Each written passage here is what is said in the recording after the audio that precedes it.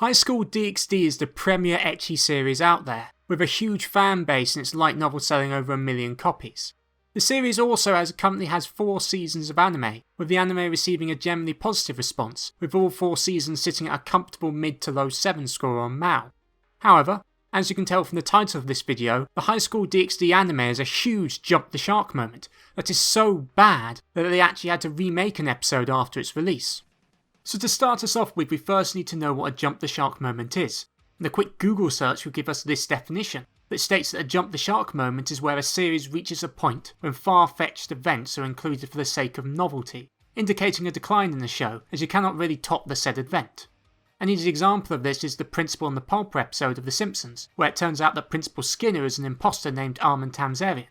The show wraps up by sweeping it all under the rug, and then acts as if nothing changed. This is a jump the shark moment, as you cannot keep doing dramatic character changes every week and acting as though nothing has happened, as it renders the whole purpose of a character change utterly useless. This jump the shark moment is why a lot of people view the Principal and the Pulper as the end of The Simpsons' golden age. But enough about The Simpsons, I'm here to talk about Highschool DxD. In Highschool DxD Born, this jump the shark moment comes in episodes 4 and 5, where a group of high school students single-handedly take down Loki and his son Fenrir, who according to the light novels is one of the top 10 strongest beings in existence. Now this is anime only content, and was handled completely differently in the light novels, as I will explain later.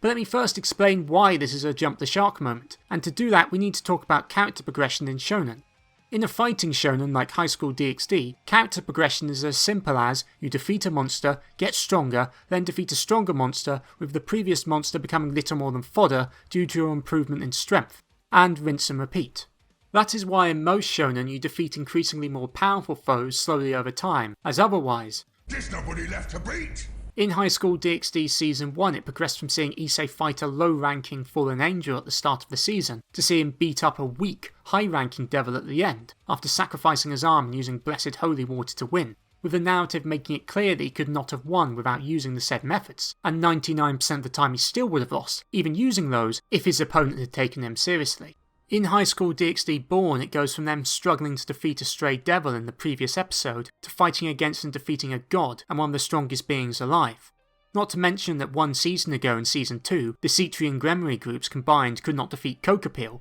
a mediocre fallen angel leader, with their game plan being to stall for time so Sazek's could arrive, as they had acknowledged they could not beat him alone. Yet, 1 season later, here they are, volunteering to try and defeat one of the strongest beings alive with no regards to their lives. This is a jump the shark moment, as you cannot top this from a narrative point of view, as how do you one-up beating a god?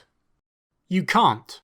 and it ruins the next arc in the anime, as in the anime you're meant to be concerned about Deodora's plan involving Azia. However, a few episodes earlier you watch them beat up a god, so you wonder how the hell can a young high-ranked devil even compete with them, and why the anime is even bigging this situation up to begin with, as when you watch it they proceed to wipe the floor with Deodora's peerage without them even breaking a sweat while the member down. The jump the shark moment in the previous episode completely ruins any tension or excitement for the story, as we all know they're going to win given the huge power differences between them. In the light novel the events involving Deodora occurred before the Loki fight, making the fight scaling far more believable. But even then the anime drastically changed the Loki fight compared with what happened in the light novel. As in the light novel the Loki fight is done at the end of volume 7, and rather than just the Citri and Gremory peerages, the anti-Loki forces include Barkul, Tanan, the Valley Squad actually fighting, and a being from another world whose existence is such a big plot point that it is the driving force behind the entire story post volume 12. With such a large roster of people fighting, and all the preparations you see them undertake prior to the fight, you get the sense they are actually fighting against a god, as the threat they are up against is far greater than what could be handled with just a bunch of high schoolers. In the light novel you get the feeling that someone could die, and not just a death fake out of Issei like in the anime, who ironically enough appears alive in the next episode preview, completely ruining the fake out. To conclude, the jump the shark moment in Highschool DxD Born ruined the rest of the season, as it overpowered the characters to such an extent that the villains they faced afterwards felt like fodder compared with what they had previously faced. It jumped the shark so badly that they actually had to redo an entire episode with Season 4 to effectively remove the effect that the Loki fight had on the overall story. It was that bad.